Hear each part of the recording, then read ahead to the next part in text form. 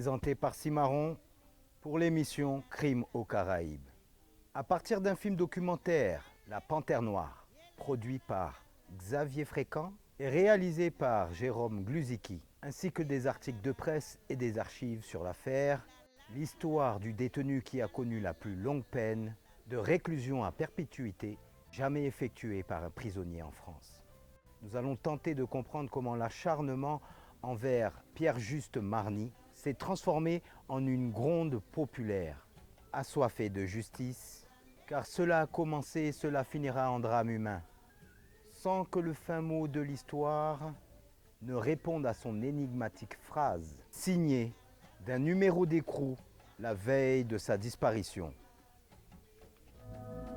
La Martinique s'est réveillée ce matin dans un climat de terreur.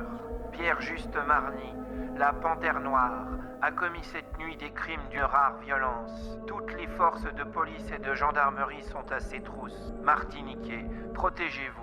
Rentrez chez vous avant la nuit. La Panthère Noire rôde.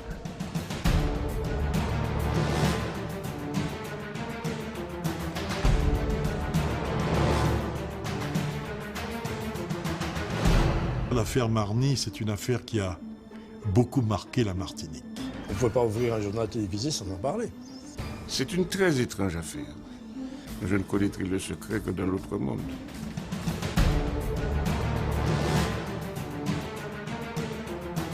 Il se venge en réalité en les tuant. C'est lui qui a tiré sur mon mari. Mais ce n'était pas mon mari qu'il voulait. Autant maintenant je dis que c'est un criminel, à l'époque, même s'il avait tué 50 personnes, même s'il avait tué des policiers, pour moi il est en train de faire des choses que je vois peut-être aimer faire. On passait des nuits à le traquer. Tous les gens du quartier ont entendu un certain soir des coups de feu, quoi. C'est pas monnaie courante, quoi. On n'est pas sur un champ de bataille ici. Je suis chez moi, un jour, chez moi, à mon domicile, on me dit Marny a été abattu.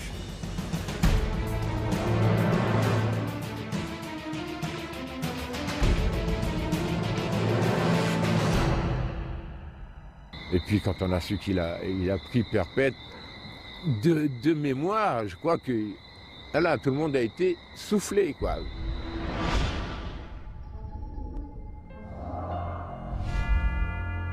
Âgé de 68 ans, Pierre-Juste Marny a passé 48 ans de sa vie derrière des barreaux. Issu d'une famille pauvre, il est condamné en 1963 à 2 ans de prison. Il a à peine 20 ans. Dès sa sortie, il ne pense qu'à se venger de ses complices qui l'ont trahi. C'est au cours d'une nuit meurtrière que tout bascule. Il tue 3 personnes, dont un bébé. Emprisonné à Fort-de-France, il s'évade. Sa cavale durera 9 jours où il est l'ennemi public numéro 1. Lors de son arrestation par les gendarmes, il est blessé par balle. Il devient un symbole pour les Martiniquais. Marny est né en 1943 à Fort-de-France.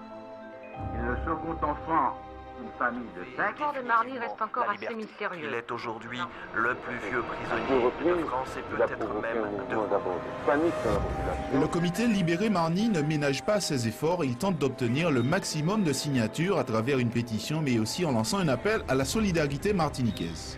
Cette semaine, la Cour d'appel de Fort-de-France s'est opposée à la venue d'experts en Martinique pour l'examen du plus ancien détenu de France.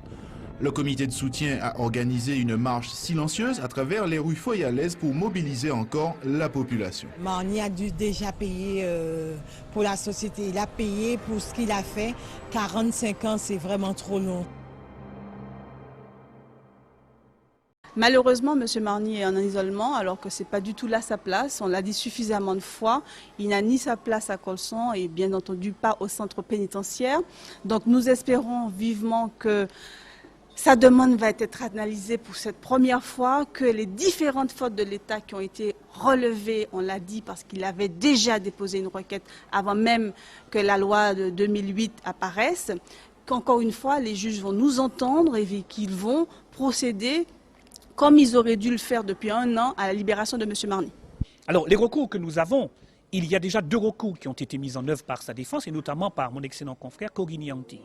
Le premier était bien entendu la demande de mise en liberté conditionnelle, mais là on nous oppose puisque l'on nous dit vous devez vous conformer à la loi de 2008 et au fait qu'elle est venue aggraver les conditions d'obtention de la mise en liberté conditionnelle par ce fameux passage au CNO. Deuxièmement, nous avons aussi déposé une requête en suspension de peine en raison de l'état de santé fragilisé de Pierre-Juste Marny. Et puis, avec Maître Koguigny-Ntiri, nous sommes en train de mettre à l'œuvre une troisième procédure qui s'appelle la commutation de peine et qui permet de sortir du régime de RCP, c'est-à-dire de réclusion criminelle à perpétuité, pour à ce moment-là bénéficier d'un allègement du système carcéral qui lui est soumis et qui, cette fois-ci, nous permettra, et nous le pensons, d'éviter l'écueil d'une obligation de repartir sur la France pour un passage au CNO. Dans tous les cas, aujourd'hui, nous estimons que la détention de cet homme est largement suffisante et que toutes les bonnes raisons, entre guillemets, que l'on tente de nous opposer ne résistent pas à un examen sérieux, puisque vous savez bien que quand la justice passe et qu'elle condamne, il y a certes un côté punition et sanction dans la condamnation, mais il y a nécessairement une part de réinsertion qu'il appartient à l'administration pénitentiaire et à l'État d'organiser. Et de ce point de vue-là, le constat est désopilant, il est même désarmant. Rien n'a été fait pour permettre une véritable réinsertion de Pierre-Juste Marny et qu'aujourd'hui il puisse sortir. Donc nous avons un client qui pousse un cri qui est simple, la liberté, rien que la liberté et toute la liberté.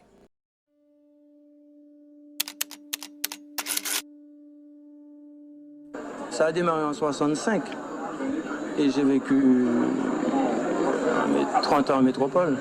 Donc tu vois, il y a un décalage entre les gens qui sont ici, qui pensent connaître l'affaire Marny, qui disent connaître l'affaire Marny, qui ont toujours vécu avec moi, qui étaient là-bas en métropole, qui allaient le voir dans les QHS, vraiment dans Lozère. Vous savez, les fameux quartiers de haute sécurité, Mesquine et Bessa sont battus pour supprimer ça. J'allais le voir là. Et quand vous passez par là, ici c'est de la rigolade à côté. Ah ouais. Donc il y a des choses, les gens ne savent pas.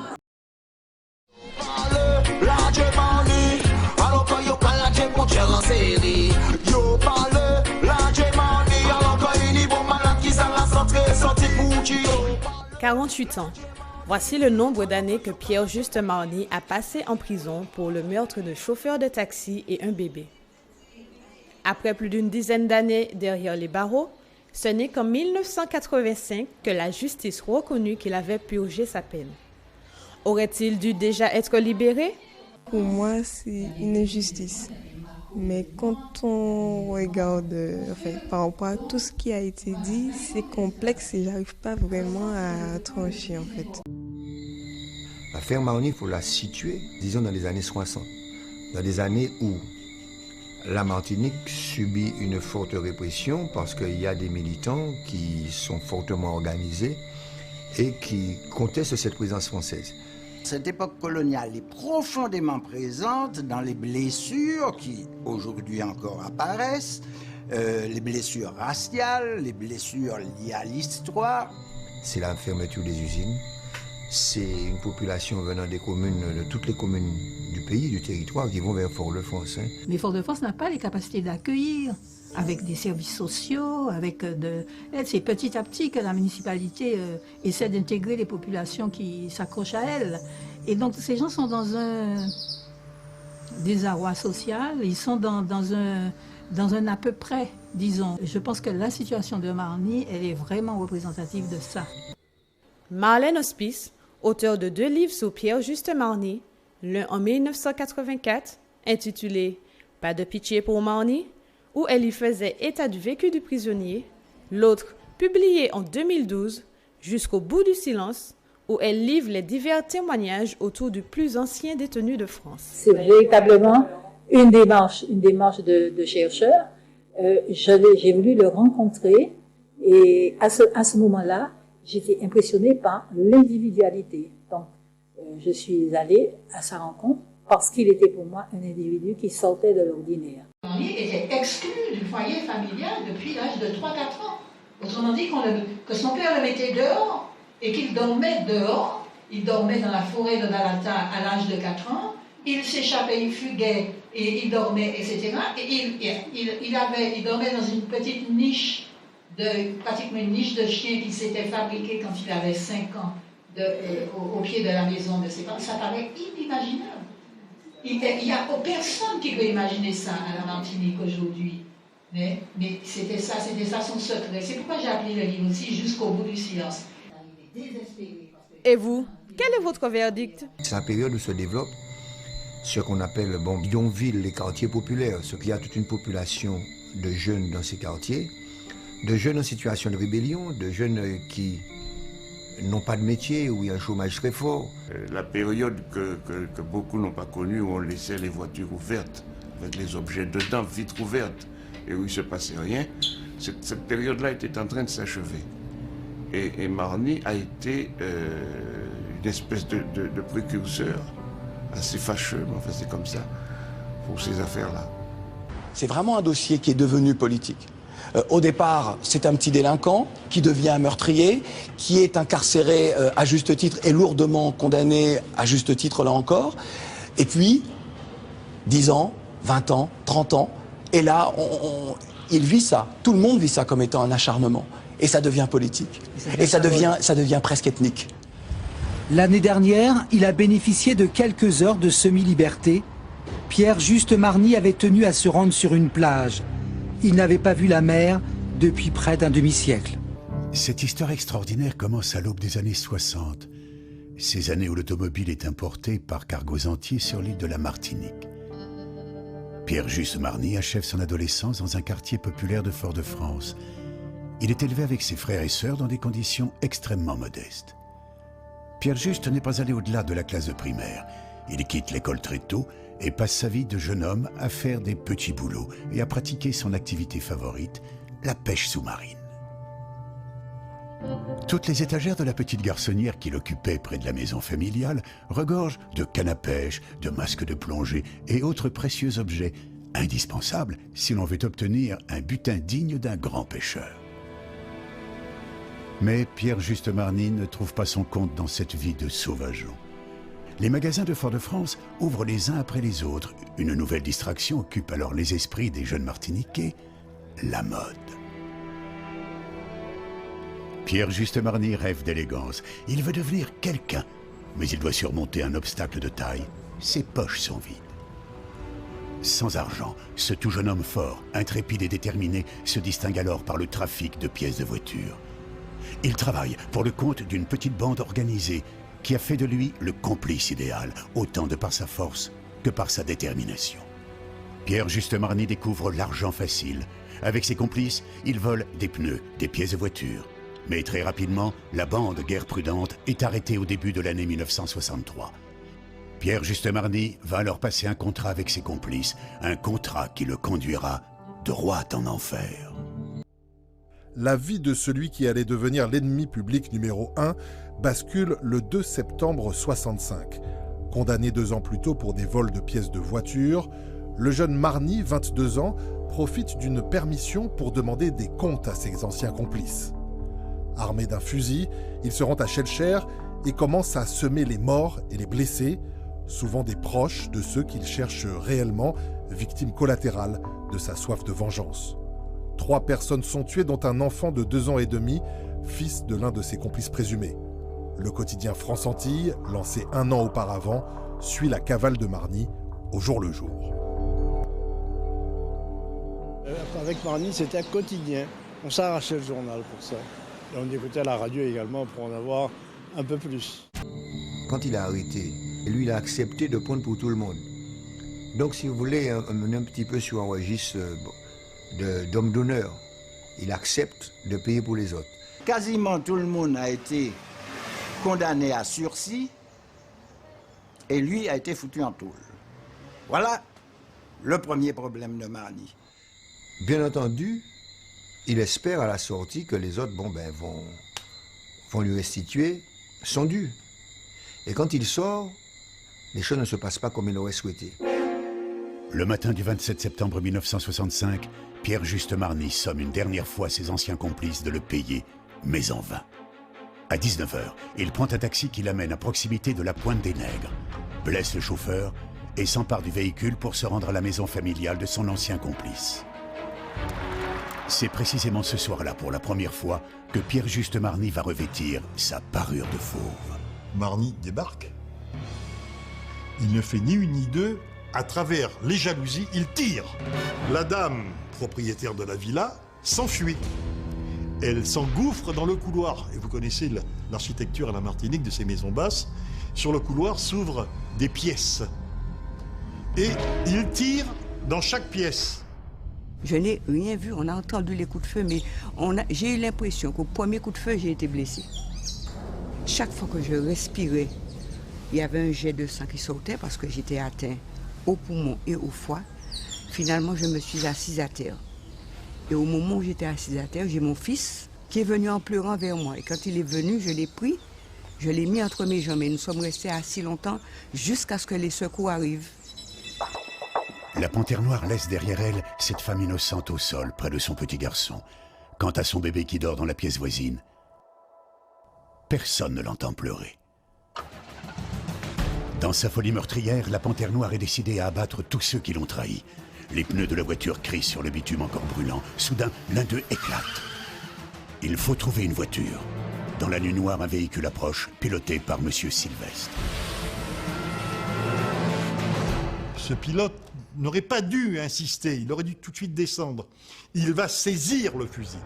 D'après ce que me dit Marny, je pense que personne ne s'attendait à ce que ça porte. Il a tiré. Les plombs emportent la mâchoire du pauvre homme. La panthère noire l'abandonne au bord de la route et file en direction du domicile d'un autre complice. L'expédition punitive n'est pas terminée. Et une fois de plus, ce sont des innocents qui vont payer. Il avait également cet autre ami, Henri, et il vient pareillement pour l'exécuter. En fait, il va tirer à travers une porte, alors que la porte plutôt s'entrebâille. Il va tirer et il va blesser une vieille parente de ce jeune homme.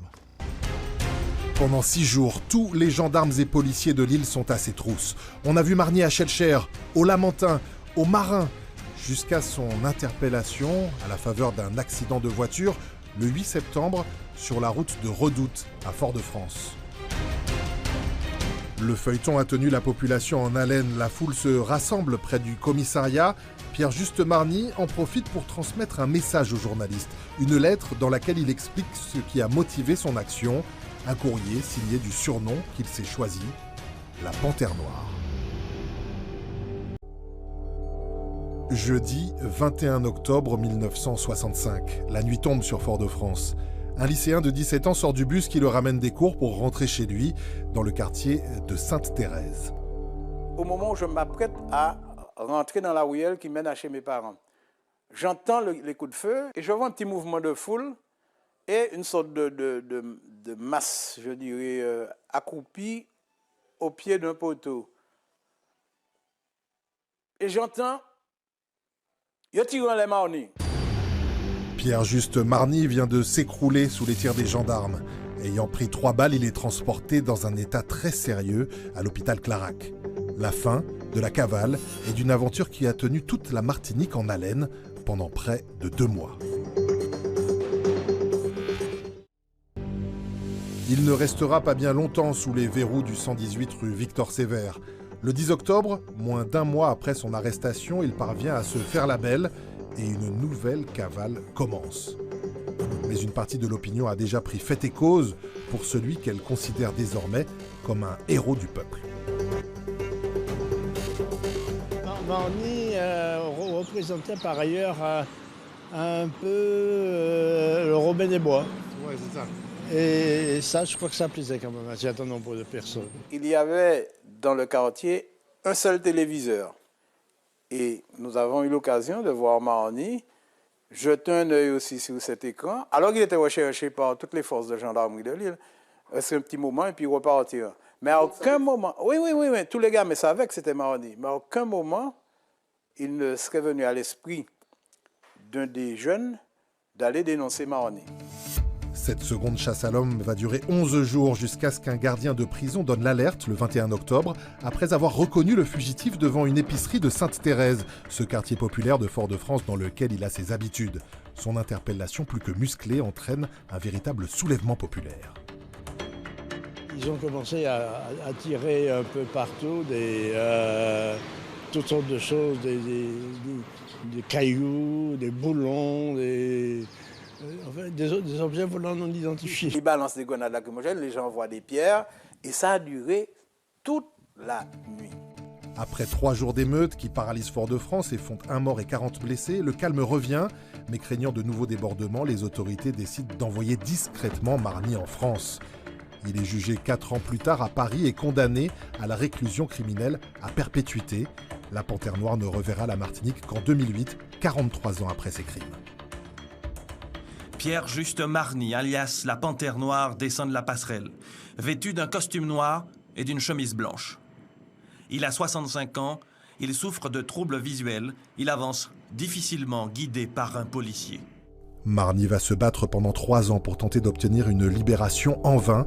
Le plus ancien prisonnier de France n'aura droit qu'à 6 heures de liberté, le temps d'une permission et d'un bain de mer en compagnie de ses proches. Mes amis sont restés fidèles à moi. Depuis l'enfance, on se connaît. Et ils sont restés fidèles à moi. Alors je suis très fier, très content, et je n'ai aucune haine contre personne.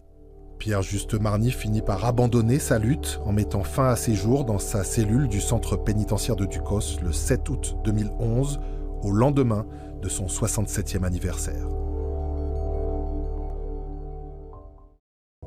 Il ne croyait plus en sa libération. Le plus ancien prisonnier de France s'est suicidé ce matin, le jour de son anniversaire dans sa prison en Martinique.